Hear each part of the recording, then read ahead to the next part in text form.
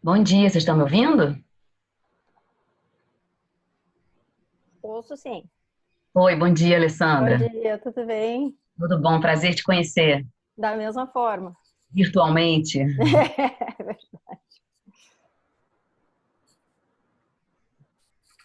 Bom, acho que são 9 horas, pontualmente. Vamos dar início a mais uma aula do minicurso Direito e Mudanças Climáticas, promovido pela Laclima, pelo ICS, com certificação da PUC Rio. Eu agradeço aos organizadores, em especial ao Caio, pelo gentil convite para moderar esse painel sobre esse tema tão palpitante, que é o tema dos litígios climáticos. Eu queria me apresentar, eu sou Alessandra Lemen, eu sou advogada habilitada no Brasil, em Nova York.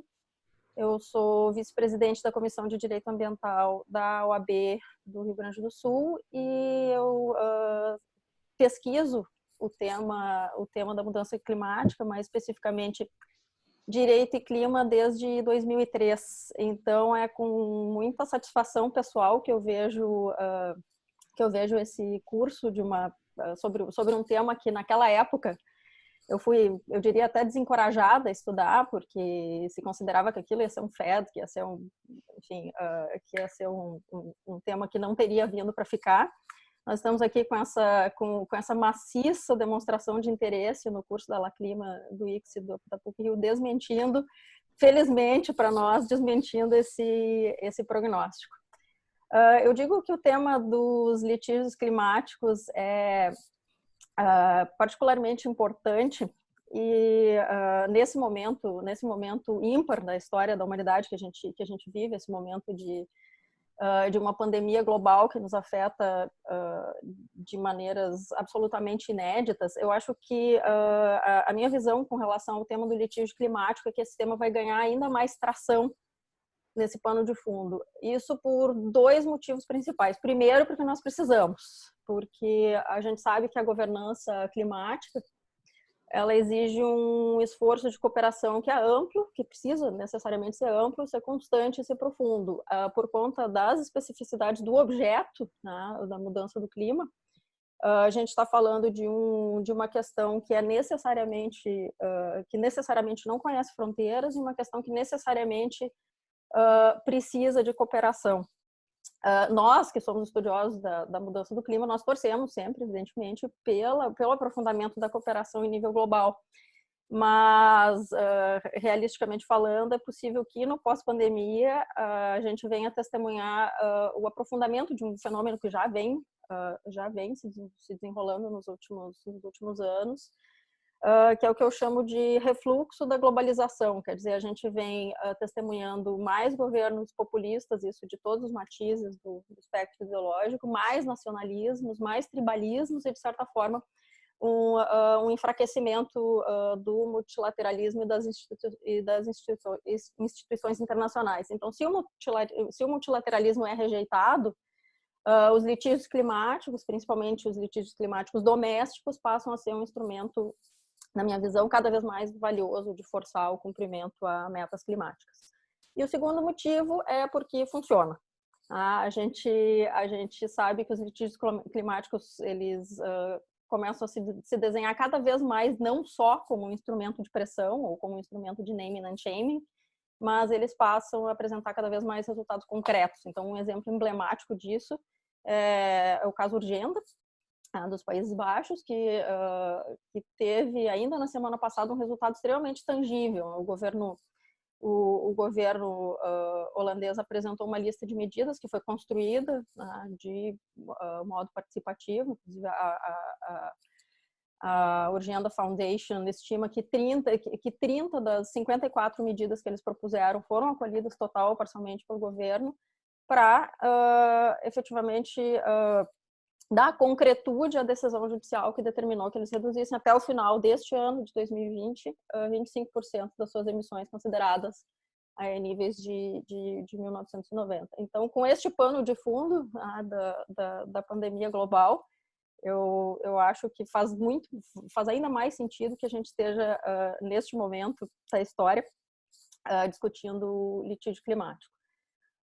Hoje a gente vai ter uma aula um pouco diferente, ela vai estar dividida entre dois palestrantes, o Caio e a Daniele, que eu vou apresentar logo em seguida. O Caio vai falar dos litígios climáticos, vai fazer uma introdução do tema litígios climáticos e vai falar sobre o panorama dos casos internacionais, e em seguida a Daniele vai falar um pouco mais sobre os casos, sobre o panorama dos litígios climáticos no Brasil. Eu queria avisar também, acho que todos vocês já sabem, que as perguntas devem ser feitas aqui pelo Q&A. A gente vai ter um tempo para respostas e para debates ao final das apresentações.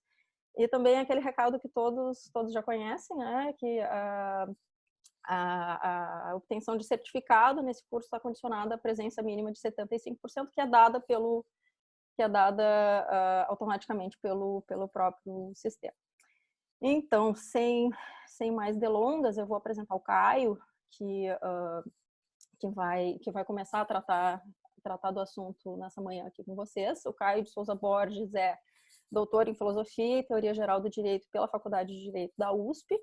Ele é mestre em Direito e Desenvolvimento pela FGV Direito São Paulo. Foi pesquisador visitante da Universidade de Fudan, em Xangai, e da School of International Affairs da OP Jindal Global University, na Índia. Ele coordena o Programa de Direito e Clima do ICS. Ele é autor de diversos artigos e capítulos de livros sobre financiamento para o desenvolvimento sustentável e responsabilidade dos atores privados pelo meio ambiente e direitos humanos.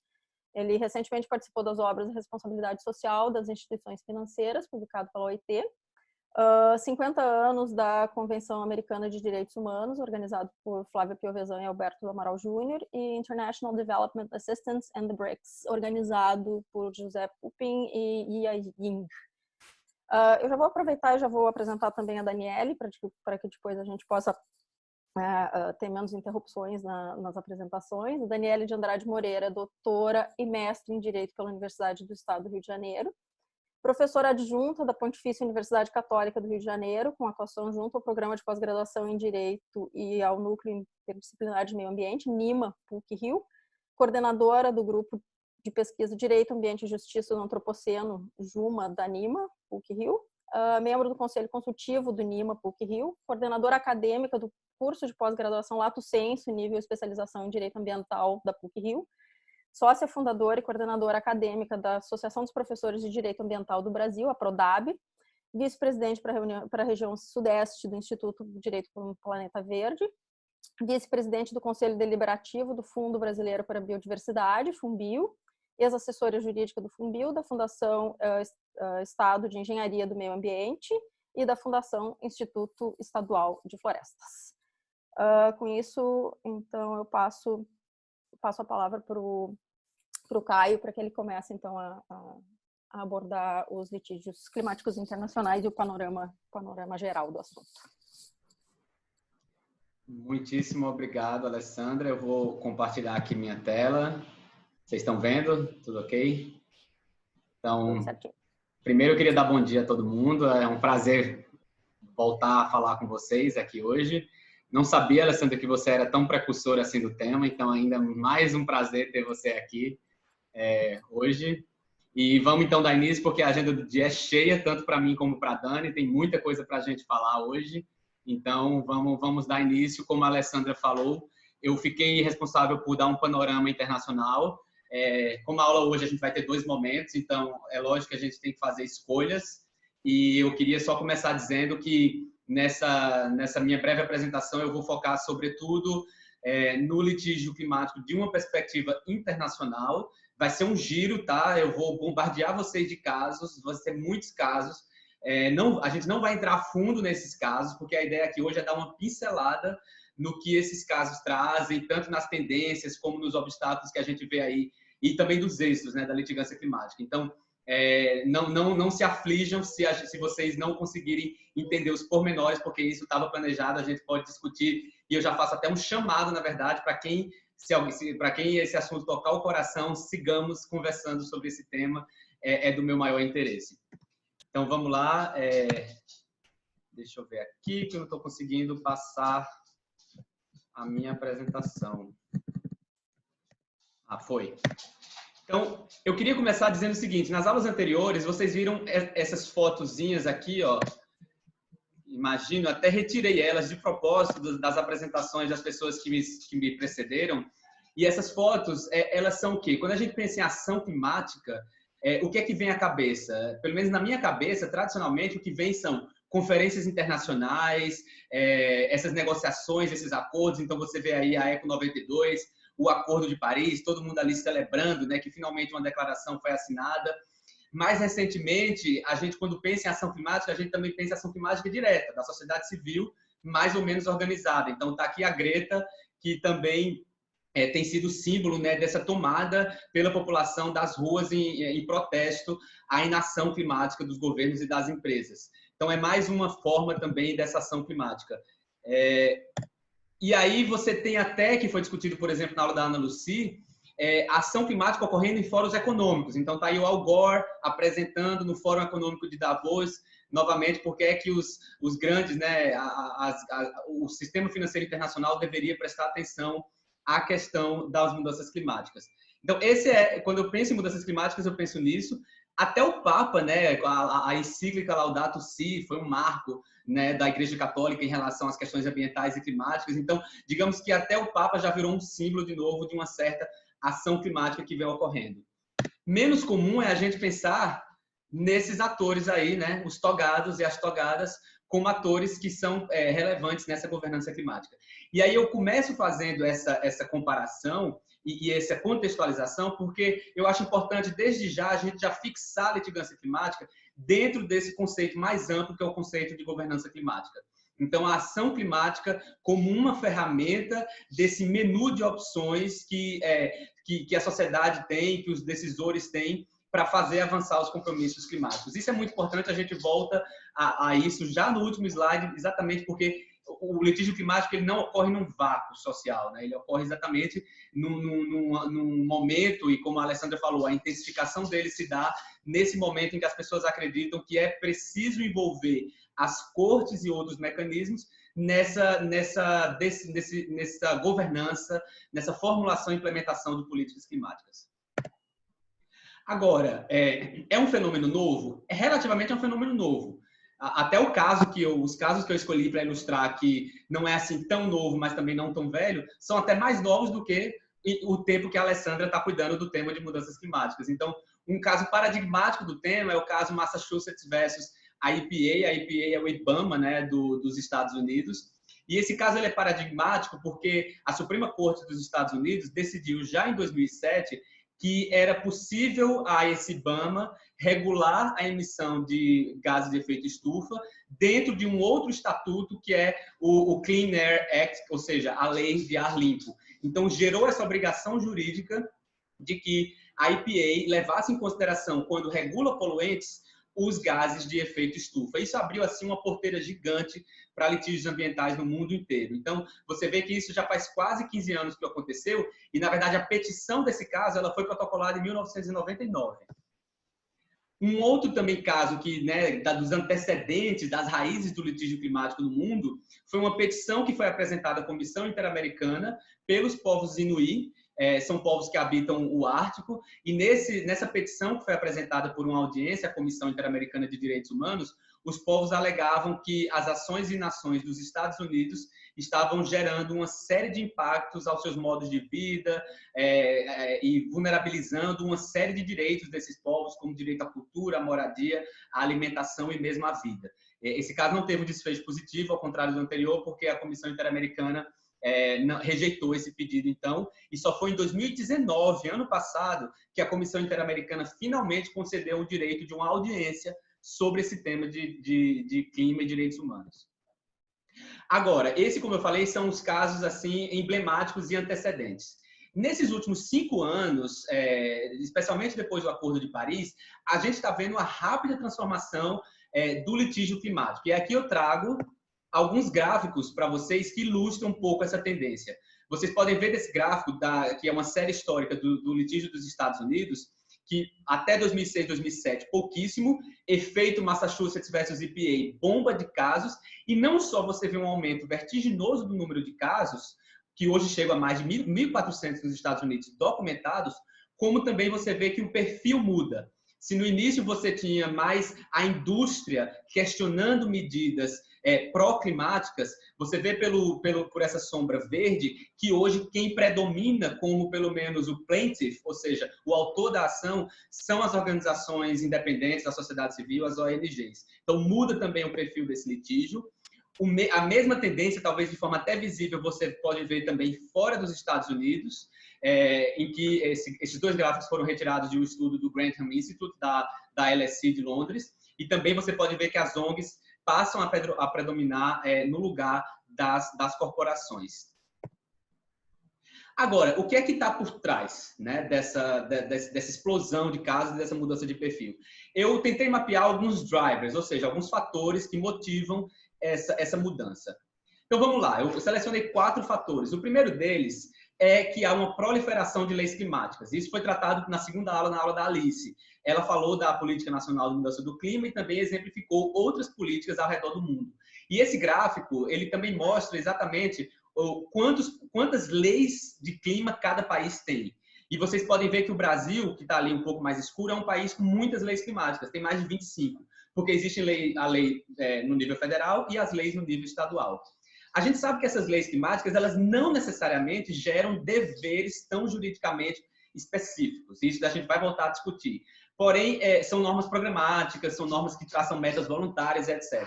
Mas o simples fato de haver esses compromissos e de muitas vezes ter status de lei, como é o caso do Brasil, é um fator inegável, e a gente vai ver isso, de fomento ao litígio climático. O segundo motivo é o Acordo de Paris, e aí já foi muito tratado pela Carol e por todos que me antecederam, então não vou voltar ao que é o Acordo de Paris, mas aqui eu só trago esse gráfico da WRI que diz o seguinte: o Acordo de Paris, ele não só definiu uma meta em 2015, como ele definiu todo um roadmap, ele definiu um caminho aí para o futuro. E esse caminho, ele passa por constantemente haver uma tomada de conta sobre a situação e depois disso você também aumentar progressivamente a ambição. Isso significa, de novo, é juridicamente exigível? Totalmente aberto agora à discussão. Agora, os litigantes, eles usam isso para argumentar que, se você não cumpre com a etapa que a gente está hoje, muito dificilmente você conseguirá aumentar essa ambição ou mesmo atingir as metas que você apresentou nas NDCs lá em 2015. Fundamental também para esse crescente litígio climático, sobretudo em face dos atores privados, é a maior quantidade de evidências científicas. E aqui eu vou voltar a esse estudo, que é fascinante, um estudo que ilustra bem essa maior disponibilidade de evidências científicas, é esse estudo chamado Carbon Majors, que diz que boa parte das emissões da atmosfera foram causadas por apenas menos de 100 empresas da indústria de combustíveis fósseis. Com base nesse estudo, tem havido também uma explosão de casos tentando exatamente demandar esses atores da indústria fóssil, pedindo compensação porque eles teriam causado as mudanças climáticas. Isso é só um exemplo de uma série de outras evidências científicas que têm sido, né, coletadas e aprimoradas. A cada relatório do IPCC, você vê que eles vão ficando ali mais seguros, por exemplo, dessas relações causais entre emissões antropogênicas e mudanças climáticas. E não menos importante do que isso, eu acho que a Alessandra também pontuou na introdução dela, funciona. Se funciona, todo mundo também quer testar. Então, o chamado efeito demonstração, ele é muito importante. Aqui a foto de 2 casos que tiveram êxito. O caso da esquerda da Colômbia, em que a Suprema Corte colombiana obrigou o governo colombiano a elaborar um plano de implementação de combate ao desmatamento na Amazônia e também garantiu, né, direitos à Amazônia colombiana. E também você tem esse caso, que aí sim ele é um êxito mesmo, até do ponto de vista prático, que é o caso de Urgenda, na Holanda, um caso sobre aumento da ambição climática. Os litigantes pediam que o governo holandês aumentasse de 20% a 25% a sua meta de redução de emissões, e justo nessa semana passada o governo apresentou as medidas que vai adotar para cumprir com a decisão da Suprema Corte. E aí, não menos importante, eu acho que foi ótimo que a Alessandra fez um panorama super bacana, é o contexto político. Então, a gente tem governos, né, como estão aí ilustrados alguns de seus líderes, no mínimo não tão simpáticos à causa climática, e isso tem se reverberado de maneira concreta em um maior número de ações. Eu acho que, sobretudo, para quem acompanha isso nos Estados Unidos, até pela própria maneira como o litígio ocorre, a sociedade civil ela tem sido bastante combativa e reativa. Várias das medidas do Trump para desregular, por exemplo, exigências para licenciamentos e autorizações de projetos poluentes estão sendo levadas aos tribunais. Então, a mesma tendência eu acho que a gente pode esperar à medida também que o governo brasileiro tente, de alguma forma, mudar esse arcabouço ambiental e climático que a gente construiu aí nos últimos 30, 40 anos. A próxima etapa agora que eu queria falar com vocês é o seguinte: eu vou fazer agora uma tipologia dos litígios climáticos, que é o quê? Apresentar alguns tipos, uma classificação desses litígios. Como toda tipologia, vale sempre salientar, ela simplifica um pouco a realidade. Então, alguns casos, alguns exemplos, eles se inserem em mais do que uma única categoria. Então, aqui é somente para facilitar para vocês, de novo, explorar essa riqueza da litigância climática.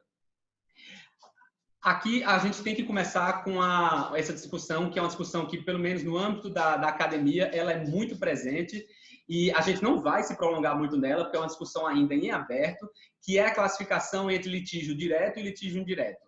E aí, o conceito que eu mais gosto de litígio direto é esse que foi apresentado por Markland e Rowe, que diz que o litígio climático ele é direto se as decisões ou as petições elas abordam de modo direto uma questão que esteja de fato ou de direito referente a uma política climática ou aos impactos das mudanças climáticas.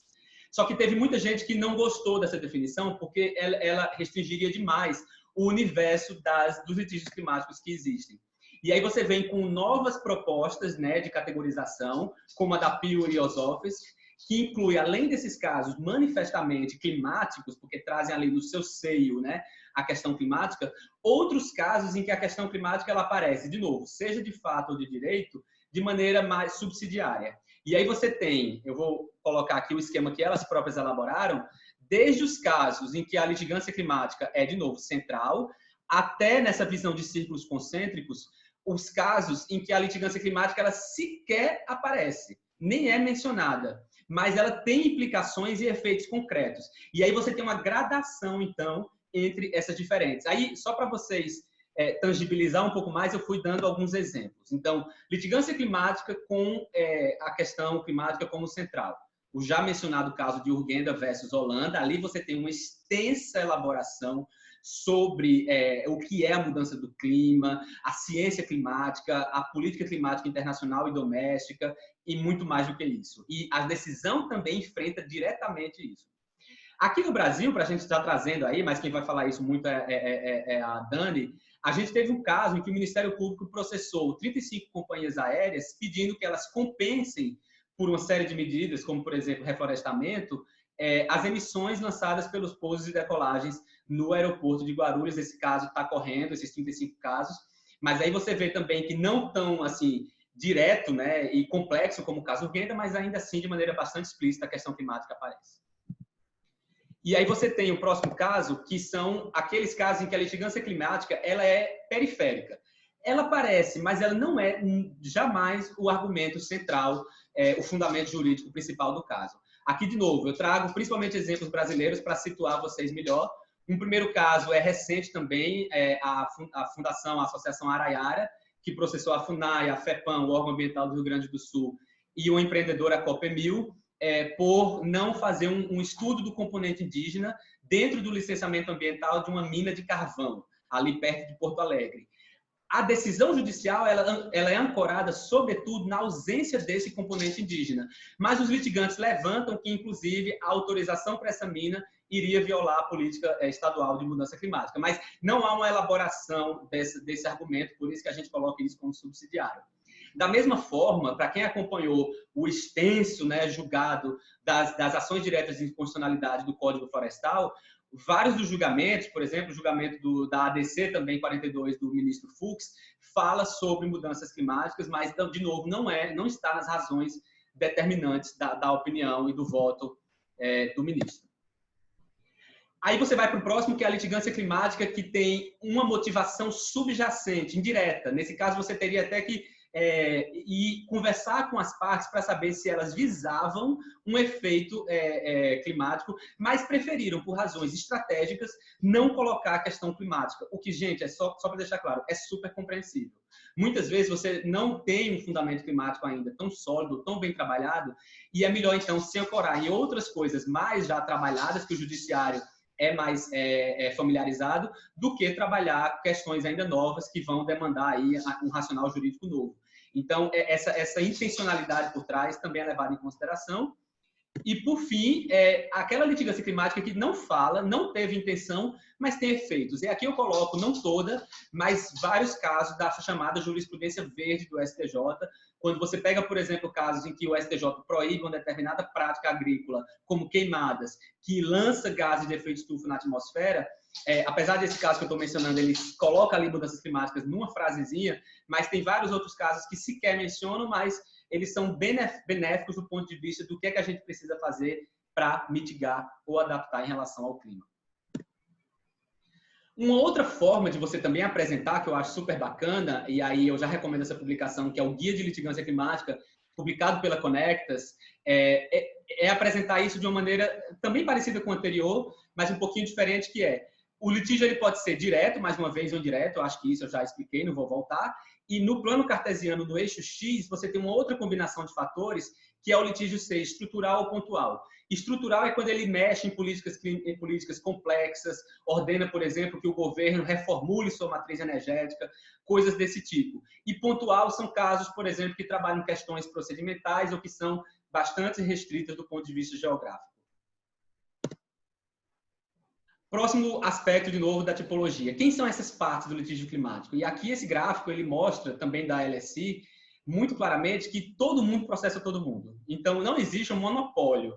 Todo mundo aparece, ora como autor, ora como réu. As empresas tendem a questionar políticas que, na visão delas, impõem encargos, né, à sua operação, que são políticas geralmente climate friendly, enquanto as ONGs tendem a evitar retrocessos ou, inclusive, por meio da litigância, empurrar um pouquinho ali para frente as ambições e os compromissos climáticos.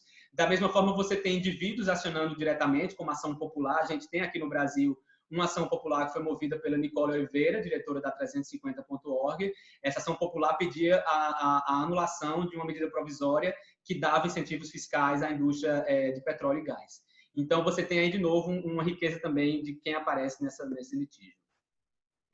Os fundamentos jurídicos também eles são muito variados, tá? Você tem aqui diferentes argumentos jurídicos e causas de agir para cada tipo de ação. As ações que, em face dos estados, tendem, como você pode ver pela setinha, a argumentar questões constitucionais, a obrigação do estado de implementar políticas públicas e direitos humanos.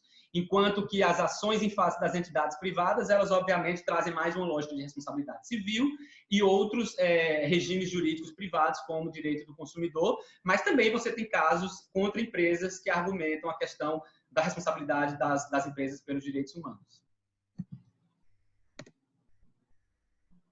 Outra classificação é nacional versus internacional. Esse mapa eu fiz ele e peguei a base de dados do Saving Center, que é junto com o Grantham Institute da London School of Economics, são os 2 centros de referência nesse tema, para compilação de casos.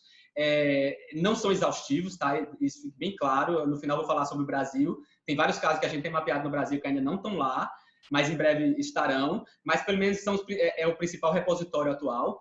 E atualizado você tem quase 1.700 casos, sendo que a larga maioria deles, ou seja, Estados Unidos com 1.413, e países da Common Law, como Estados Unidos, Canadá, Reino Unido, Nova Zelândia e Austrália, concentrando aí 90% desses casos. Então, claramente é um fenômeno que começa, né, no norte global, mas que vem se espraiando também de maneira muito rápida pelo sul global. Além disso, isso é muito interessante, não existe só casos perante cortes, existe caso também perante mecanismos não judiciais, os mecanismos, por exemplo, como os órgãos de direitos humanos, seja do sistema interamericano ou do sistema ONU. E aí, de novo, o Saving Center lista 76 casos internacionais, a grande maioria deles no âmbito da União Europeia, mas também outros casos no âmbito do sistema ONU e do sistema interamericano também. São casos diversos, envolvem inclusive disputa Estado-Estado e não somente uma petição de um indivíduo em relação a um Estado.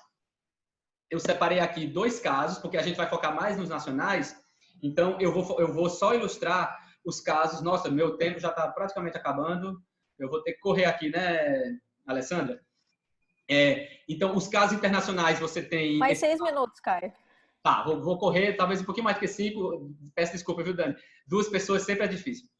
E esse caso da Greta é um caso muito interessante. Foram jovens que demandaram alguns países no Comitê dos Direitos da Criança, alegando que viola os direitos humanos.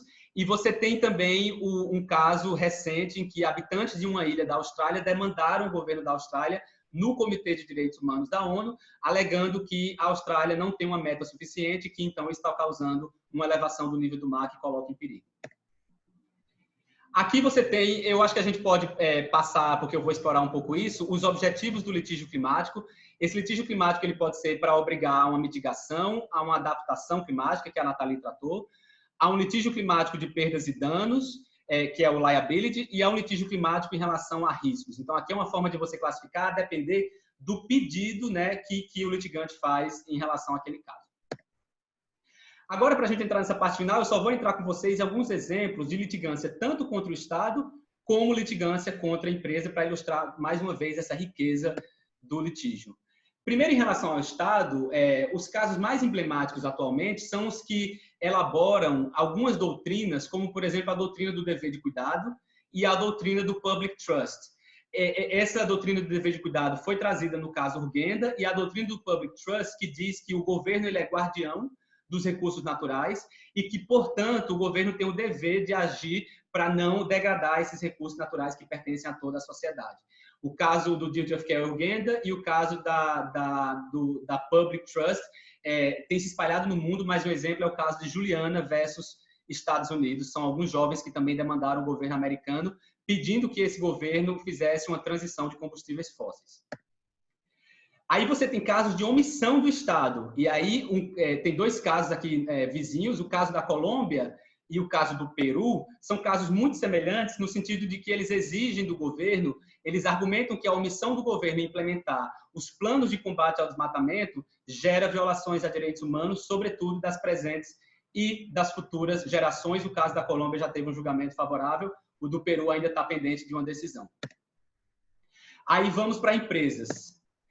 Na litigância contra as empresas, você tem primeiro uma litigância que é rotineira, que é essa litigância do licenciamento ambiental, que também muitas vezes demanda os atores estatais, tá? Então é a litigância que, por meio do licenciamento, busca inserir componente climático, ou seja, uma obrigação de compensar, uma obrigação de fazer um inventário daquele projeto poluente. De propósito, eu coloquei uma foto de uma hidrelétrica, porque isso não é só em combustíveis fósseis, é qualquer projeto poluente, mesmo uma hidrelétrica.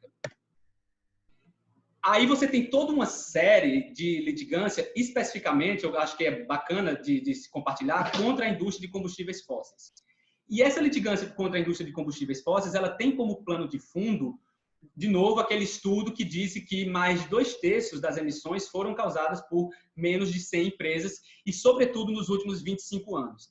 A publicação desse estudo tem motivado várias ações com diferentes perfis. Um primeiro perfil, por exemplo, é argumentar que aquela empresa fraudou as regras do mercado e apresentou dados enganosos, tanto a consumidores como aos investidores, sobre os custos que a transição climática vai trazer ao seu negócio, de modo que os consumidores e os investidores façam decisões bem informadas. Você tem aí o caso da ExxonMobil, em que a Exxon ganhou esse caso na primeira instância, e um caso recentemente que houve acordo de uma associação de consumidores contra a Volkswagen naquele famoso caso do Dieselgate. Um segundo tipo de ação é de propaganda enganosa, então as empresas de combustíveis fósseis não estão dando as informações necessárias para que todo mundo entenda que o produto delas gera, né, a mudança climática, e aí você tem esse caso super interessante que foi proposto na OCDE, que pede que os avisos, né, sobre clima tragam esse, como se fosse numa carteira de cigarro, no maço de cigarro, esse aviso de que os combustíveis fósseis causam mudanças climáticas. Você tem casos mais de perdas e danos mesmo, né, de liability, responsabilidade, e aí o grande caso que ilustra isso é o das cidades dos Estados Unidos que estão ingressando contra várias empresas da indústria de combustíveis fósseis, pedindo que essas arquem com os custos que essas cidades terão para se adaptar, como, por exemplo, São Francisco, em relação ao aumento do nível do mar, principalmente os custos futuros, né, disso tudo. E você tem casos de devida diligência em direitos humanos, como esse caso da Holanda, em que a empresa foi demandada por um grupo também de jovens e ONGs, e o que se pede é que a Shell tenha uma meta, uma ambição climática maior, antecipe as metas que ela mesma fez em relação à sua redução de emissões, alegando que se não fizer isso, ela vai estar quebrando seus deveres em relação aos direitos humanos.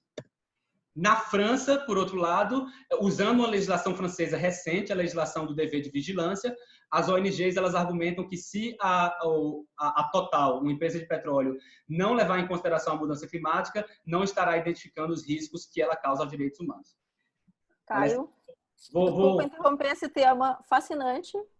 Então, vou encaminhando aqui, tá? Porque tá bom. O assunto eu vou, então, passar para o final, que são os desafios dessa agenda, né? E, de novo, gente, aqui é só fazendo uma pincelada. Esses casos que eu ilustrei, se você for mais a fundo neles, tem uma série de desafios. Você tem o primeiro desafio, que é o desafio da separação de poderes. Esse é um desafio presente em vários deles. Em vários casos, você tem... os casos, eles mostram soluções diferentes. Então, você tem um caso como esse do Chile, em que a Corte entendeu que não cabia a Corte preencher um vazio legislativo, porque não existia uma lei específica sobre clima no licenciamento ambiental.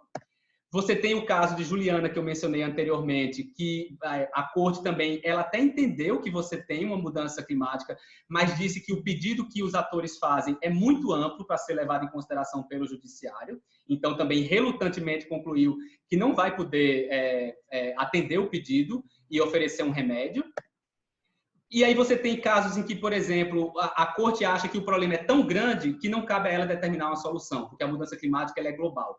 Então, uma decisão judicial não iria fazer a diferença.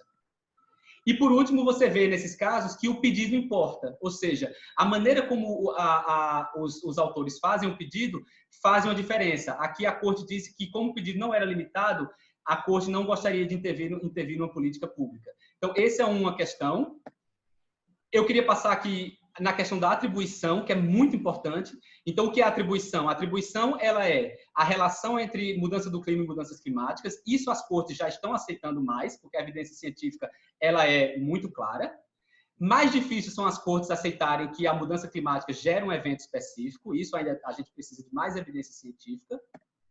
E também a questão da responsabilidade civil, isso está em plena discussão, com casos que tentam, de novo, fazer com que a indústria pague por algum dano que alguém tenha sofrido. Existe um caso desse bastante interessante que está pendente de decisão no Peru. Então, gente, eu vou passar, porque tinha mais um monte de coisa, eu só queria passar o último slide, Alessandra, e pedir desculpa para Dani. Eu acho que eu Eu tirei. Não, então, já que eu tirei a tela, eu só queria falar uma última coisa, voltando para aquele meu primeiro ponto do começo, que é o seguinte. Você vê que não há um caminho certo. Algumas cortes elas estão dando um ganho de causa e outras cortes não estão. Então, enquanto Urgenda foi uma vitória, Juliana, a corte disse que não poderia obrigar o governo a tomar uma medida complexa. E eu acho que isso fica de ensinamento, mais uma vez, que esses casos eles precisam ser entendidos como parte dessa ferramenta. Então, uma das lições que esses casos deixam é preciso litigar bem, ter argumentos sólidos. Sem isso, é muito difícil que as ações vão para frente. Mas, além de tudo, o principal é você entender que precisa de mobilização popular, precisa de outras ferramentas não judiciais para ajudar aquele litígio a sensibilizar o judiciário e a sociedade de que o judiciário pode decidir sobre essas questões climáticas também. Fico por aqui, a gente volta no Q&A, então. Muito obrigada, Caio. Então, já que avançamos um pouquinho já sobre o nosso tempo regulamentar, eu vou passar a palavra imediatamente a Daniele.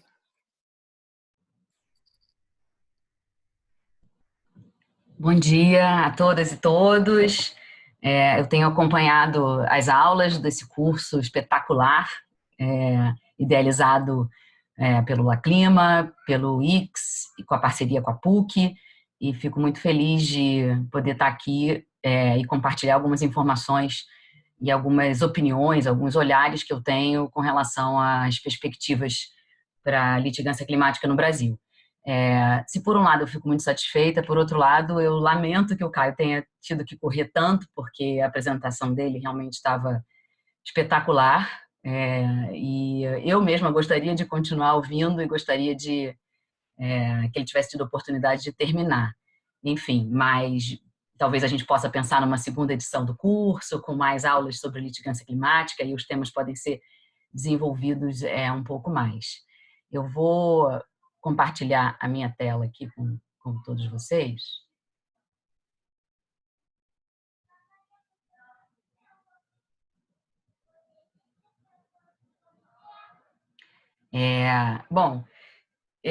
Eu lamentei que o Caio não tenha tido a oportunidade de apresentar uma tela específica que ele tinha planejado para apresentar, que trazia um panorama sobre casos climáticos, de litigância climática no Brasil, que não constam, não estão nessas plataformas, nessas bases de dados do Sabin Center e do Instituto Grantham.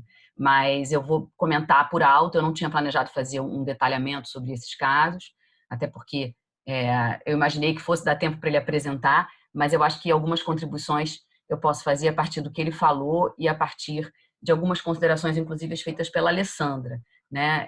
Eu gostei muito, porque compartilho com a opinião dela, dessa observação que ela fez com relação a um foco que talvez precise ser dado, ou que uma oportunidade que nós tenhamos agora, para focar em litígios domésticos, considerando esse contexto da pandemia, esse contexto internacional que vivemos e essa tendência, né, como refluxo da globalização, usando a expressão da Alessandra. E eu adicionaria algo que o Caio comentou na fala dele, que é um contexto brasileiro de retrocessos inimagináveis, né, que nunca ninguém podia imaginar que nós estaríamos vivendo nessa altura do campeonato. Então, considerando que existe um movimento que, de modo muito acentuado, desde o ano passado para cá, tem dissolvido completamente as estruturas políticas e administrativas voltadas para políticas ambientais e para políticas climáticas, talvez o foco nas cortes, o foco na litigância seja um caminho também a ser seguido, considerando a dificuldade, né, de se esperar algo de positivo do governo federal atual.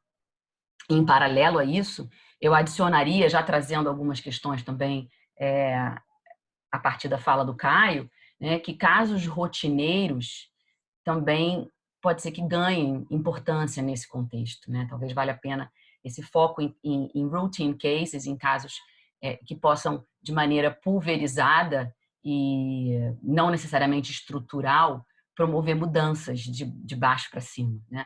E eu não digo com isso que nós não devamos trabalhar e pensar e propor litígios internamente que tenham essa perspectiva mais estrutural, que sejam considerados high profile cases.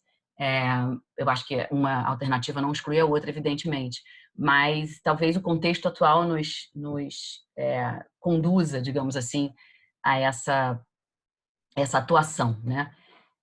Bom, então a ideia para falar sobre litigância climática no Brasil, que eu queria trazer para vocês, são partindo, eu não vou trazer dados, porque o Caio trouxe esses dados, mas partindo de uma análise muito ampla dos dados que são disponíveis sobre litigância climática no Brasil, tentar responder uma pergunta que tem sido feita e tem sido comentada, né, que o Brasil seria um país propício, um terreno fértil para a litigância climática. E por quê? Né? Então, eu queria tentar minimamente responder, trazer algumas possíveis respostas para essa pergunta, especialmente contextualizando as razões pelas quais o Brasil é um terreno, ou pode ser considerado um terreno fértil para esse fim. E, por fim, identificar algumas estratégias, e aí são inúmeras as possibilidades. E aí eu queria já também fazer um disclaimer aqui, que é impossível tratar de todas, são várias as possibilidades, e eu, por conta até da minha expertise no direito ambiental, propriamente dito, eu vejo essas estratégias que eu vou apresentar como um caminho, como se fosse um atalho para a litigância climática no Brasil, para impulsionar a litigância climática no Brasil. E teriam várias outras possibilidades e tudo mais. Então, eu queria só partir aqui muito rapidamente nós temos essas bases de dados que são muito conhecidas, né? Primeiro, essa publicação de 2017, eu queria fazer um paralelo de anos, né? Ao longo dos anos. Quando esse relatório da ONU sobre o estado da litigância climática no mundo foi apresentado em 2017, o Brasil não aparecia no mapa. Não havia nenhum caso sido identificado como um caso climático nesse relatório. Em 2019, o Instituto Grantham já identificou 5 casos. Agora, em 2020, até onde eu sei, não houve a publicação de 2020, mas na base de dados já aparecem 6 casos. E considerando os espectros, né, que o Caio apresentou na fala dele, da litigância climática, a gente observa que desses 6 casos que são apresentados nas plataformas internacionais, 2 deles talvez tratem de litigância climática, vou usar aqui uma expressão, né, estrito sensu, né, a litigância climática abordando fundamentos em legislação climática propriamente dita, querendo encaminhar questões relacionadas especificamente ao clima, que é o caso das companhias aéreas e o caso que o Caio acabou não tendo tempo para apresentar, que foi o caso da siderúrgica São Luís, se eu não me engano o nome, em Minas Gerais. E o que eu queria analisar, conversar a partir dessa perspectiva é que, embora, e aí o Caio talvez fosse falar mais um pouco disso, embora o Brasil quase não apareça no mapa, são poucos os casos, né, nós já temos sinais de que outras ações têm sido propostas e algumas já com julgamento de primeira em tribunais estaduais, outros ainda pendentes de julgamento, mas que podem ser classificados como litígios climáticos propriamente ditos, que tratam especificamente. Seriam os casos que o Caio, eu adoraria compartilhar aqui com vocês a tela dele com esses casos, mas depois vocês vão ter acesso e podem verificar lá. Então, assim, o fato é que esses 6 casos que são identificados como climáticos, especificamente climáticos aqui no Brasil, numa pesquisa que começa a ser desenvolvida, Caio está liderando essa pesquisa, eles não são os mesmos 6 casos que aparecem na base de dados internacionais, né? Então, na verdade, o que a gente observa, tanto em função dos casos que constam das plataformas internacionais, quanto essa pesquisa que o Caio apresentaria, a gente vê uma convergência muito grande. Eu queria partir daí também, né? A convergência muito grande com casos, com boa parte, né, desse significativo, desse enorme número de casos que nós temos no Brasil sobre proteção jurídica do meio ambiente em geral. E aí eu queria, desde já, manifestar aqui uma opinião minha, que eu considero que é absolutamente indissociável a questão climática da questão ambiental. Embora a questão climática apresente peculiaridades e complexidades ainda maiores que a questão ambiental como um todo, né? A questão climática ela está embutida na questão ambiental. Então, todos esses casos, sejam os que tratam especificamente de clima, sejam os casos em que a questão climática aparece de modo periférico, o meio ambiente aparece como pano de fundo dessas questões. Então, quando a gente e aí eu usei uma expressão aqui, abrasileirar, né? Quando a gente traz para o Brasil essa discussão sobre litigância climática, é impossível não considerar as peculiaridades do sistema jurídico ambiental brasileiro. É impossível não considerar determinadas características que nós temos no Brasil e que são positivas e que podem ser vistas como atalhos para a propositura dessas ações climáticas. Bom, então, aqui, esse próximo slide já traz um pouco essa ideia, né, de que a litigância climática pode ser vista como um atalho, a litigância ambiental, né, desculpa, pode ser vista como um atalho para a litigância climática no Brasil, e aí eu uso a expressão litigância ambiental propositalmente, e que já temos uma experiência, nós temos todo um conjunto de êxitos que foram alcançados ao longo de cerca de 40 anos de desenvolvimento do direito ambiental brasileiro, nessa fase chamada de fase holística, né? Nós já tínhamos legislação ambiental muito antes, desde o início do século passado, mas de 40 anos para cá, houve uma mudança de paradigma muito significativa que impulsionou essa nova fase e o desenvolvimento do direito ambiental brasileiro, doutrinário, do ponto de vista legislativo também, e jurisprudencial. E esses êxitos, eles precisam ser utilizados para a litigância climática no Brasil. Essa é a minha opinião. Nós temos um atalho, mobilizando ferramentas jurídicas e aperfeiçoando ferramentas jurídicas que já estão disponíveis, que já foram testadas, e que superam boa parte ou alguns dos entraves que são identificados na litigância climática como um todo. Nós temos, digamos assim, um atalho, né? Essa experiência pode nos conduzir à promoção de uma litigância climática no Brasil que seja eficiente, que seja bem fundamentada e com maiores chances de êxito, né? E aí eu queria só fazer algumas considerações muito rápidas sobre essas dificuldades que a questão climática apresenta, né? A gente sabe que a questão climática é apresentada como um super wicked problem, né? Em que existe uma série de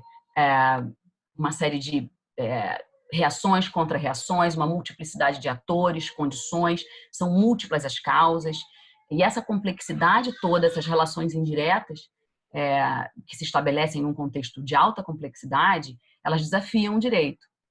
E aí o direito ambiental brasileiro ele vem também num sentido de ajudar no enfrentamento dessas dificuldades, porque essas dificuldades já foram e têm sido enfrentadas em alguma medida, sei que são complexidades um pouco diferentes, mas as dificuldades têm sido enfrentadas pelo direito ambiental ao longo da sua construção, ao longo dos seus 40 anos. Né? Então, eu fico pensando muito, eu como acadêmica, eu penso muito no papel do direito, né? Esse caráter disruptivo que o direito ambiental tem. E essas dificuldades todas que são apresentadas e que estão sendo identificadas na litigância climática, elas precisam ser superadas, porque senão a gente vai acabar vivendo um cenário, usando a expressão do Ulrich Beck, de irresponsabilidade organizada. É como se o direito servisse para organizar um cenário em que ninguém é responsável por nada. E aqui eu uso a expressão responsabilidade num sentido bastante amplo, que envolve não só responsabilidade civil, mas também responsabilidade por prevenção, por mitigação, por compensação, por adaptação, num sentido muito amplo. E o direito, ele é dinâmico na sua essência. Isso a gente talvez precisa relembrar, por mais que seja algo meio óbvio, né? Então ele vai ser alterado pela realidade, ele vai ter que alterar essa realidade. Então a gente precisa talvez resgatar esse caráter disruptivo que o direito ambiental tem e o direito climático também teria e tentar construir esses atalhos, né?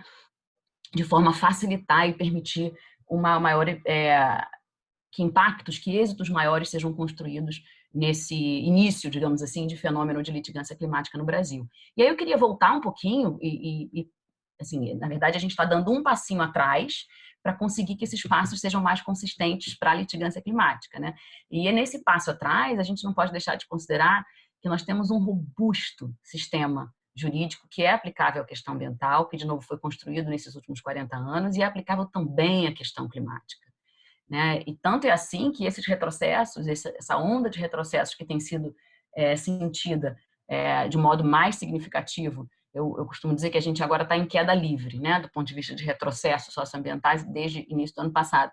Eles estão sendo construídos justamente por conta de um mínimo, né, de aplicação de todo esse sistema jurídico ambiental. Eu sei que um calcanhar de Aquiles nosso, eu sempre costumava dizer, né, quando eu comecei a dar aula de direito ambiental, eu dizia que o desafio do direito ambiental era a implementação, era corrigir a discrepância entre o dado normativo e a realidade fática e fazer com que esse direito acontecesse na prática. Isso continua, evidentemente, mas a gente começou a passos muito curtos a implementar um direito, tanto foi assim que a gente começou a incomodar, né, determinados setores e um movimento de retrocesso aconteceu. Então, uma curva que veio ascendente de desenvolvimento do direito ambiental, ela se torna descendente com o tempo em função de ameaças a determinadas, de alteração de estruturas que são muito, que atendem a determinados interesses, que promovem uma irresponsabilidade organizada, é um direito que não serve, que serve para manter determinadas situações e que não responde às demandas ambientais e não responde às questões climáticas. Então,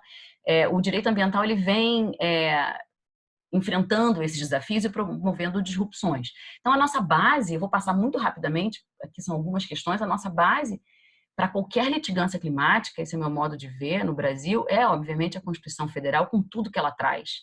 A Política Nacional do Meio Ambiente, que é de 1981, né, não é recente, em conjunto com a Política Nacional de Mudança do Clima, e outras várias normas, aqui eu não coloquei todas, mas as normas de acesso à justiça, a legitimidade que a questão da legitimidade de standing que nós temos no Brasil, que nos favorece também na propositura dessas ações, tanto da litigância ambiental propriamente dita, quanto da litigância climática.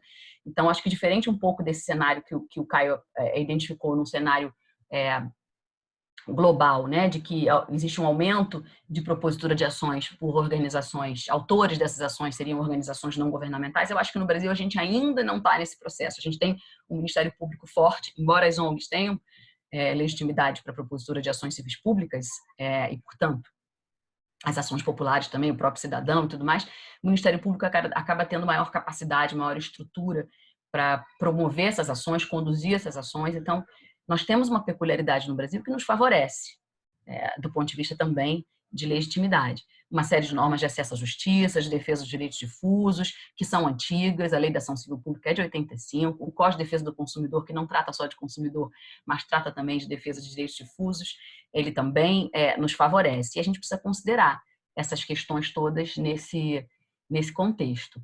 Então, eu não vou, obviamente, passar por todos os pontos, mas eu acho que esse primeiro item desse slide, que considera esse tratamento sistêmico, holístico, integrado do meio ambiente, eu acho que ele é muito importante para a questão climática.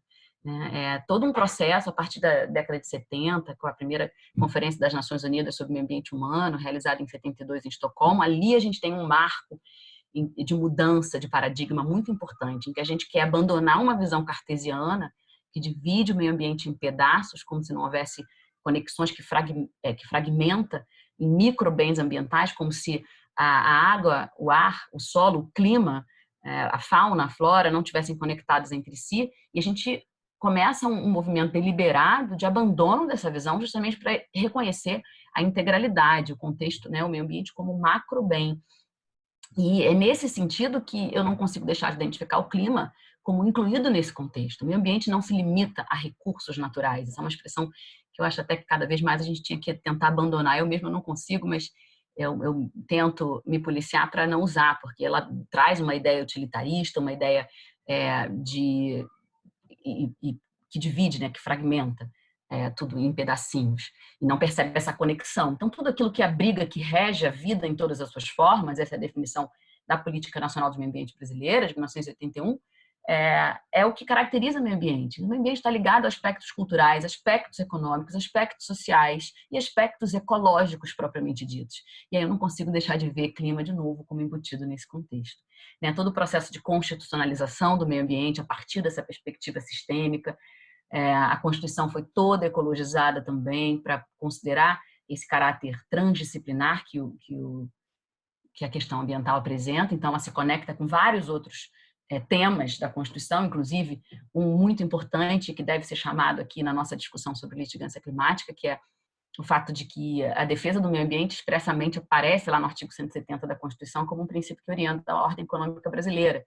Então, esse é algo que pode ser um princípio que precisa, é um dispositivo constitucional que precisa ser trabalhado e pensado para que tenha uma aplicação concreta nos casos climáticos, né? E essa discussão que o Caio apresentou também na fala dele, do direito ao meio ambiente como um direito humano, como um direito de terceira geração, né? Então, desde 95, isso é um dado super importante, o Supremo Tribunal Federal reconhece essa característica tem uma decisão que foi unânime, que é uma decisão paradigmática do Celso de Mello, da relatoria do Celso de Mello, do mandado de segurança.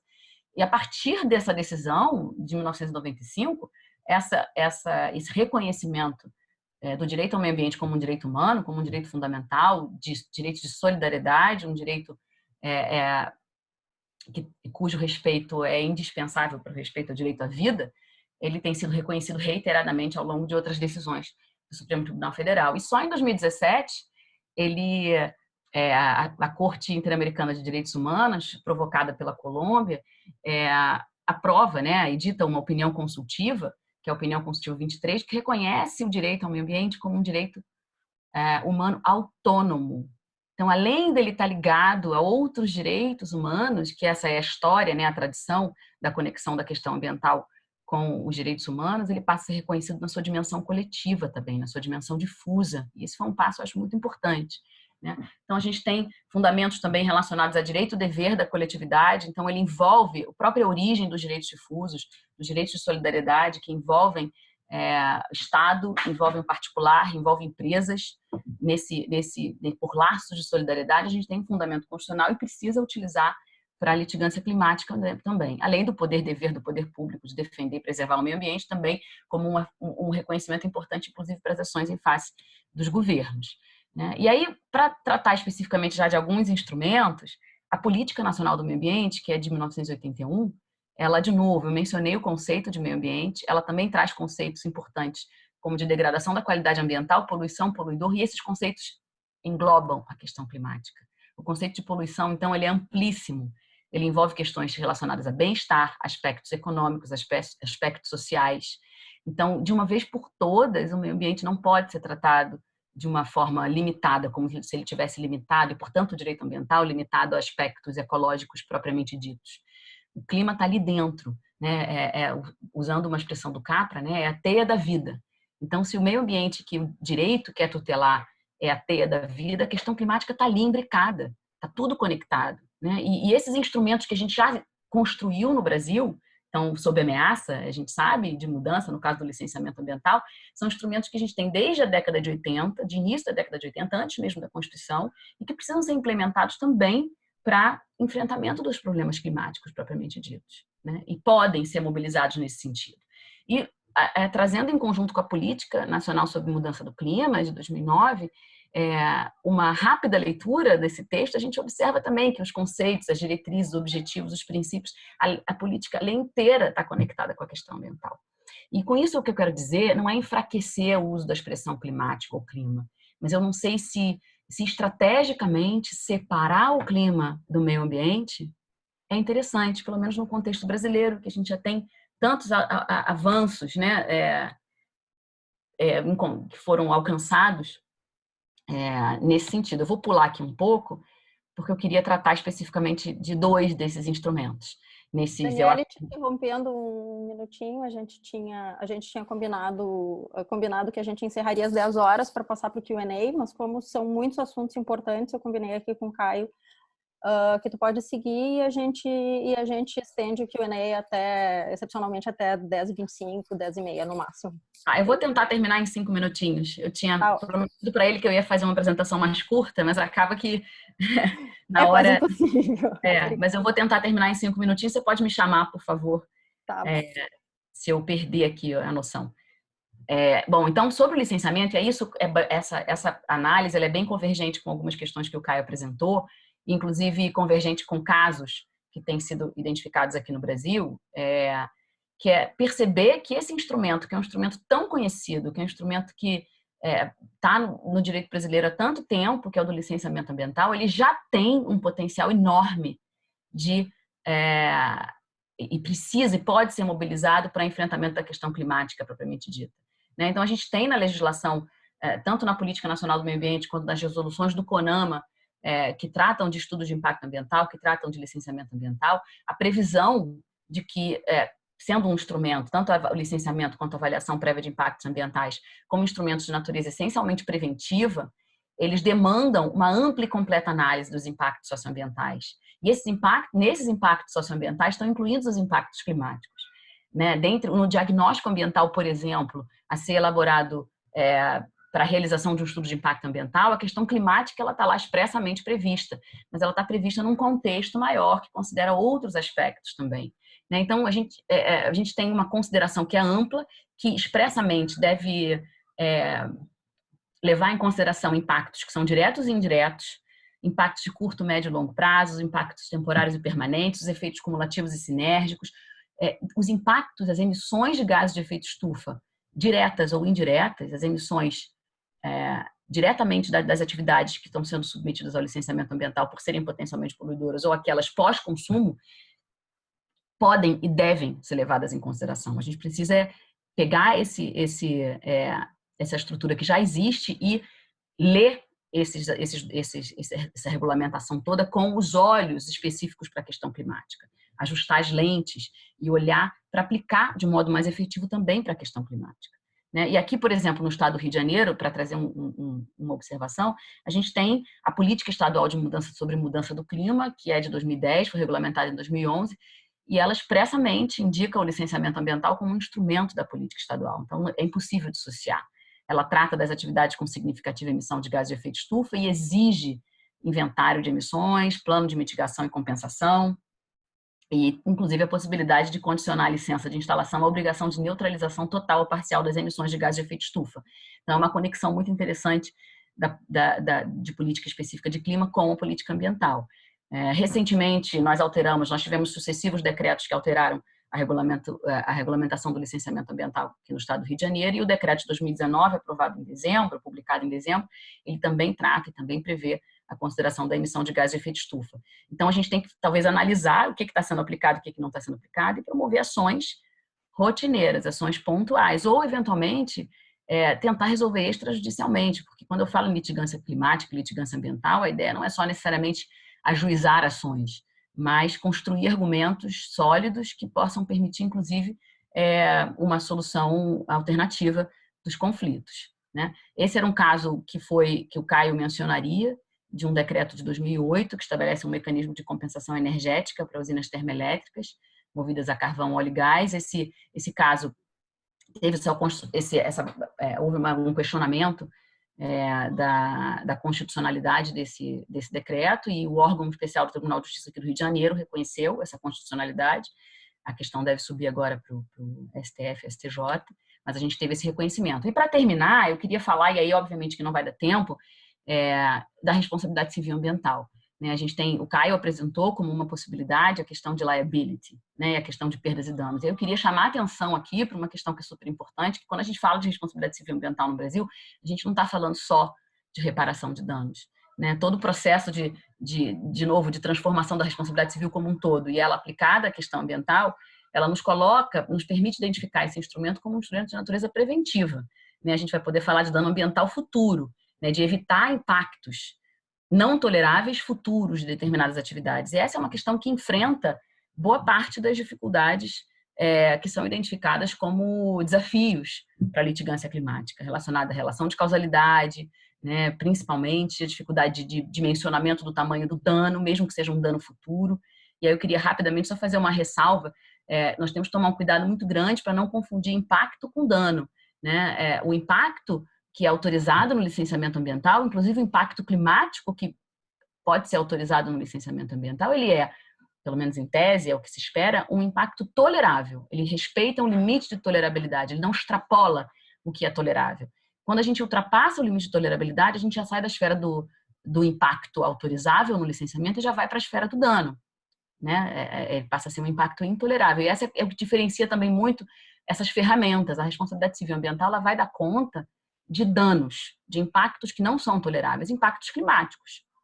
Inclusive, no caso da KLM, houve uma argumentação no sentido de que as companhias aéreas teriam que reparar o dano, só que aquelas emissões talvez não sejam caracterizadas como um dano, né? Mas como um impacto. Então, é importante a gente rever essas fundamentações que estão sendo construídas para que elas sejam mais sólidas, mais precisas, de novo, com maior chance de êxito.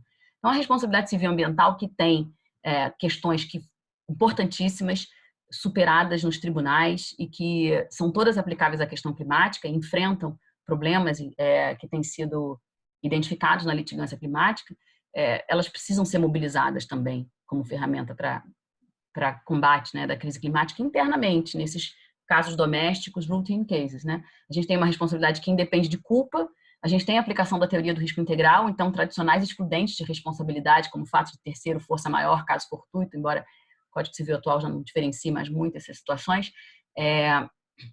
não excluem a responsabilidade. E tudo isso considerado como tese consolidada, né, pelo Superior Tribunal de Justiça. A gente tem um conceito de poluidor indireto que é amplíssimo, né? O responsável pela reparação de danos ou pela prevenção, né, de danos futuros, ele é aquele que direto ou indiretamente deu causa. Então, a gente tem uma questão difícil, né, de identificar no caso climático e que o conceito de poluidor indireto pode nos ajudar.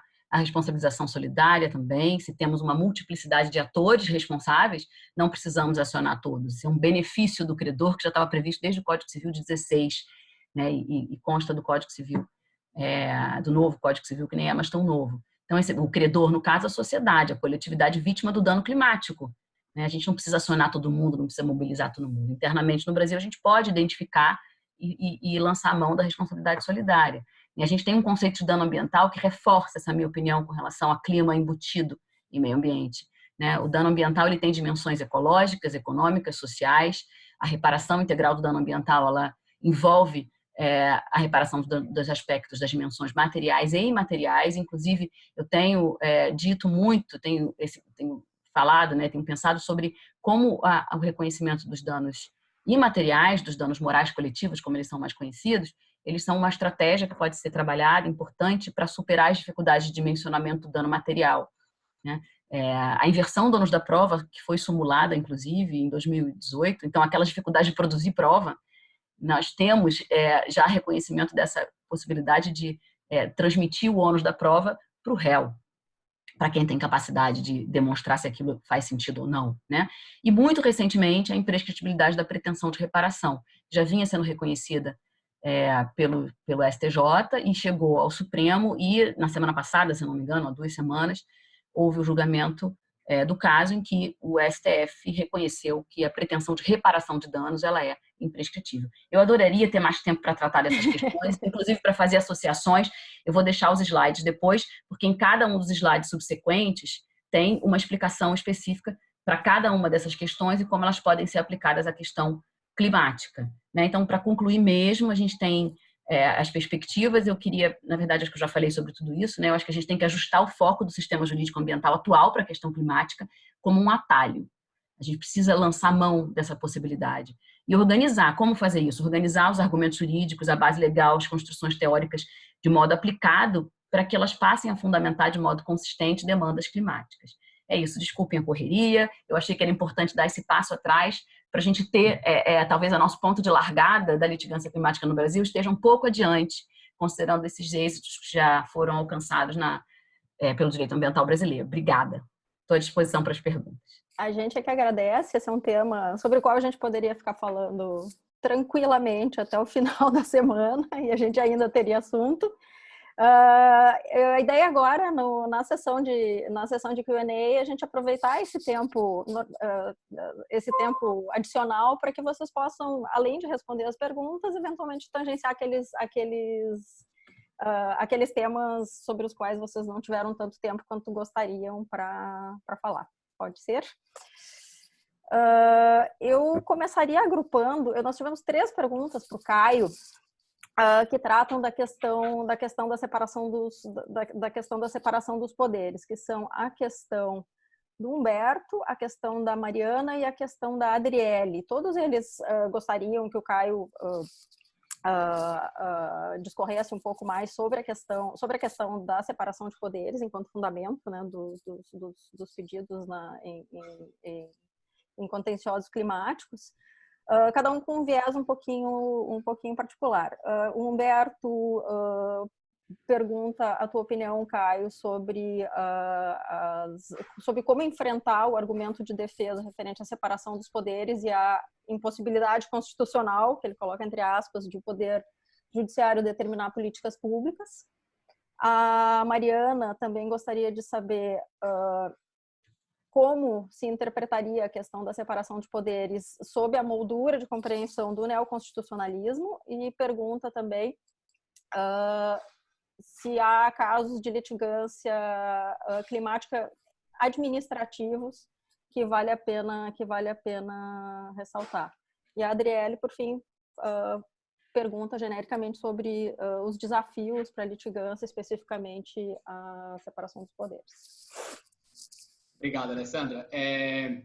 Eu acho, além do que, o único slide que eu cortei, eu fui ver agora, era só mais um dos desafios, e aí eu aproveito então isso para trazer para vocês, que é a questão dos direitos humanos, mas também a Dani mencionou. E eu acho bom fazer essa conexão entre direitos humanos e separação de poderes. E eu vou fazer remissão aos casos, tá? Então, assim, primeira questão, como ultrapassar a separação de poderes? Direitos humanos.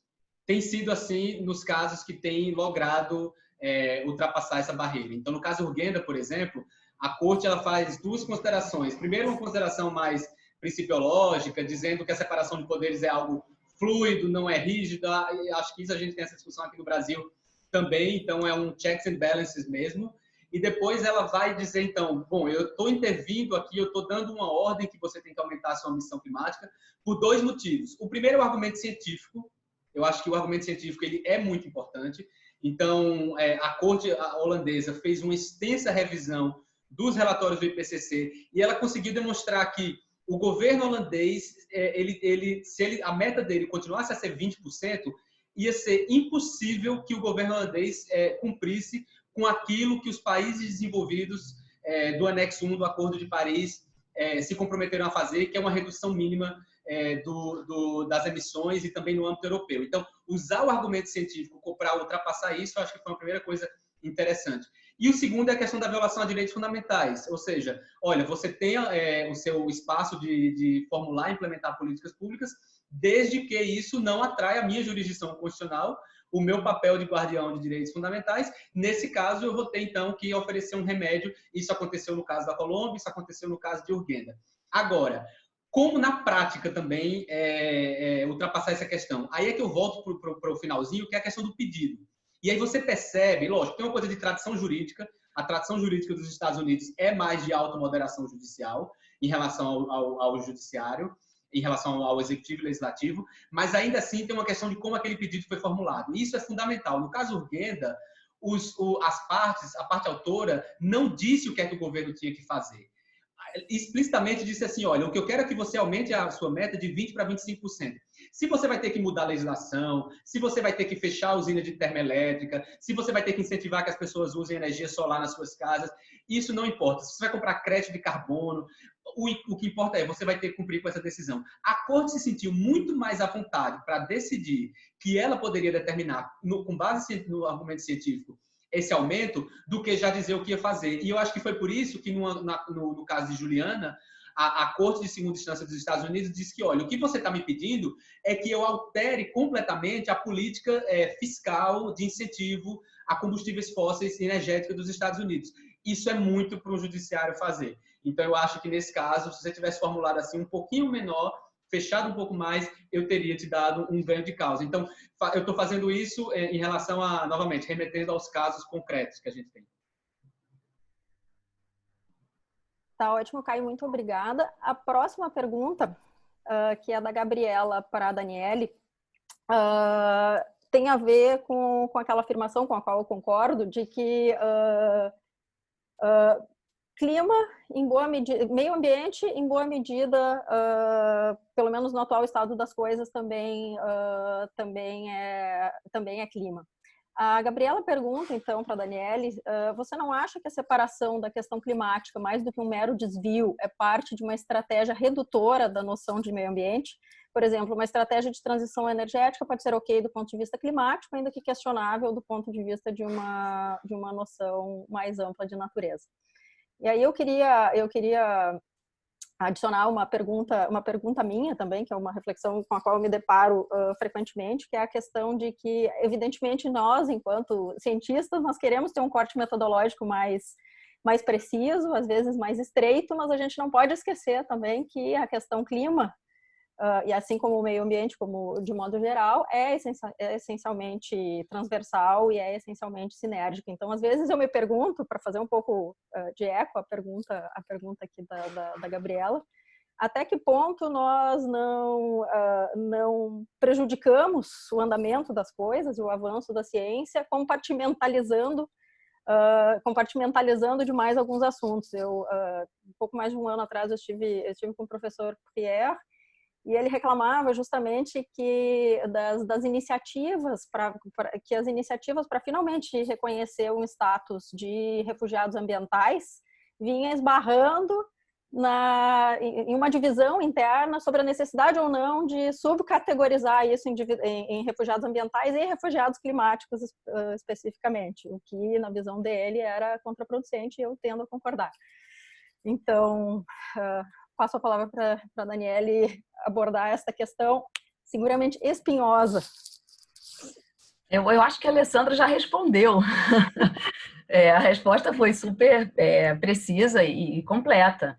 Eu entendo que a questão climática tenha especificidades, tenha peculiaridades, tenha, portanto, uma complexidade talvez diferente da questão ambiental. Agora, por outro lado, eu não consigo deixar de enxergar ela como estando embutida na questão ambiental como um todo. Não dá para separar clima de biodiversidade, não dá para separar clima de recursos hídricos, de água, eu usando a expressão que eu critiquei. Não dá para separar, é absolutamente indissociável. E se a gente fez um movimento de abandono dessa fragmentação excessiva, porque ela foi considerada insuficiente para proteger o sistema como um todo, se insistirmos numa fragmentação nesse contexto, eu acho que a gente enfraquece a discussão climática. Eu não quero dizer com isso que a gente não tenha que olhar para clima de modo específico, tá? Eu queria deixar isso muito firme aqui. O clima, ele tem especificidades, ele vai ter um tratamento específico, ele vai ter uma interdependência, uma transversalidade com a questão ambiental como um todo, mas ele está inserido na questão ambiental. E meio ambiente, de uma vez por todas, precisa deixar de ser visto como algo ligado a aspectos ecológicos, a uma coisa, né, que é menos importante, que não considera economia, que não considera social, porque em 2020 não dá para admitir que meio ambiente seja visto dessa forma. A gente já caminhou muito. Então, eu vejo como um retrocesso essa dissociação, com toda a franqueza. Tem uma pergunta da Beatriz que vai encaixar perfeitamente com esse último comentário, que é a seguinte. Ela pergunta se, considerando que do ponto de vista de políticas públicas, a questão ambiental é historicamente tratada como não sendo uma prioridade pelos governos e está sendo desmobilizada, não seria estratégico tratar a questão climática como uma questão econômica ou de segurança pública, juridicamente? E aí eu acho que tanto o Daniele quanto o Caio podem contribuir. Eu vou deixar o Caio falar dessa vez. É só para... eu acho que eu discordo. Eu discordo, vou falar muito rapidamente, eu discordo. Eu acho que cada vez mais as premissas precisam ser consideradas. A premissa não é só econômica. A premissa não pode ser só econômica. Eu acho que o pilar economia é, evidentemente, um pilar de um tripé, né, entre os aspectos ecológicos, econômicos e sociais. Então, é um tripé. Sem a economia, o banco não se sustenta, ele tomba. Então, eu não estou querendo desconsiderar os aspectos econômicos de modo nenhum. Mas o econômico não pode pautar tudo, porque senão você não volta para uma premissa anterior, que é qualidade de vida, que é bem-estar, que é direito à vida digna. Então, eu tenho um posicionamento bastante... É como se a gente aceitasse o fracasso, sabe? As políticas públicas ambientais não foram consideradas, e aí então tá. Então, vamos partir. Eu não sei se... eu entendi a colocação do ponto de vista estratégico. Então, eu acho que a economia precisa ser trazida estrategicamente, eu concordo, mas não de modo a promover uma fragmentação que a gente não vê mais sentido. Eu já tenho uma visão um pouco mais amigável do que a Dani em relação às estratégias econômicas, muito embora eu acho que trazer a discussão sobre o aspecto dos princípios ambientais e constitucionais tem se mostrado em algumas jurisdições bastante promissor. Eu acho que os casos de sucesso mostram esse caminho. Eu acho que para quem trabalha na área de direitos humanos, para quem trabalha com sistemas de direitos humanos, a gente está vendo os passos começando a surgir. Então, houve uma decisão, por exemplo, recente do Comitê de Direitos Humanos, que disse que um refugiado climático, que o país pode ser proibido de deportar uma pessoa que pede asilo se aquele país do destino for um país que está sofrendo com as mudanças climáticas, porque aí haveria um risco à vida. Da mesma forma, o Comitê de Direitos Econômicos e de Direitos Humanos publicou um comentário agora geral falando que as mudanças climáticas podem impactar o direito à vida. Então, essa elaboração mais clássica, né, que relaciona Constituição, deveres administrativos e ambientais, eu acho salutar e a gente está engateando, é bom que todo mundo faça. Agora, estrategicamente, como a Dani coloca, é bem interessante explorar também o argumento econômico. Teve um tipo de caso que eu não mencionei, mas eu acho que, já que a pergunta trouxe, vale mencionar, são os casos que acionam, por exemplo, seguradoras, financiadores e outros agentes econômicos, investidores, pelos investimentos que eles fazem naqueles projetos que causam mudanças climáticas ou projetos que podem ser impactados pelas mudanças climáticas. É a discussão dos stranded assets, né? Então, assim, você tem um ativo que é tipo assim, um ativo feito perto de uma praia e aquilo ali vai ser impactado porque vai haver aumento do nível do mar. Nesse caso, você vai questionar, foi uma decisão sólida de investimento você ter colocado dinheiro numa hidrelétrica, já que não vai ter mais chuva, num prédio que vai ser alagado, enfim. E aí, nesse caso, você usa um racional realmente mais econômico para aumentar essa percepção de risco sobre aquele investimento. Se eu puder acrescentar um comentário meu, também concordo com ambos, no sentido de que eu acho que o elemento ambiental e o elemento clima, ele não é secundário, ele continua, ele é transversal, mas ele não é secundário, ele não é periférico, mas estrategicamente, como diz a pergunta, eu acho que a gente pode se valer do argumento econômico, e eu queria lembrar de um exemplo, que enfim, agora a gente não sabe como isso vai progredir, se vai progredir, de um exemplo recente que é a finalização, depois de mais de 20 anos de negociações, do acordo comercial Mercosul-União Europeia, que, enfim, só o pilar comercial desse acordo foi concluído, mas a gente tem, antes da pandemia, evidentemente, se esse assunto ia avançar ou não, dependia essencialmente do cumprimento a questões ambientais, principalmente pelo bloco Mercosul, e dentro do bloco Mercosul, principalmente pelo Brasil. Então, ali eu acho que era uma situação em que valeria a pena explorar o argumento econômico para, de alguma forma, para que a gente pudesse, de alguma forma, criar políticas públicas que também contemplassem o meio ambiente. A próxima pergunta, e eu acho que talvez a gente tenha tempo para mais uma ou duas perguntas, que já são 10h24. A próxima pergunta é do Rubens Born. Tudo bem, Rubens? Ela pergunta para ambos os palestrantes, ele pergunta para ambos os palestrantes, na sua opinião, o desmonte de secretarias e órgãos federais com atribuições e mudanças de clima não configura violação do poder público, do seu dever, conforme o artigo 225, parágrafo 1º, 1 e 5, notadamente, da Constituição, e desconformidade com obrigações internacionais previstas na Convenção Quadro, no Acordo de Paris, já incorporados ao ordenamento jurídico nacional? E aí ele pergunta como vocês acham que o judiciário poderia lidar com esses fatos? Eu começo ou você começa, Dani? Duas coisas para essa resposta. Primeiro, é um tema que eu acho que está sendo discutido, então super atual, que o Rubens traz.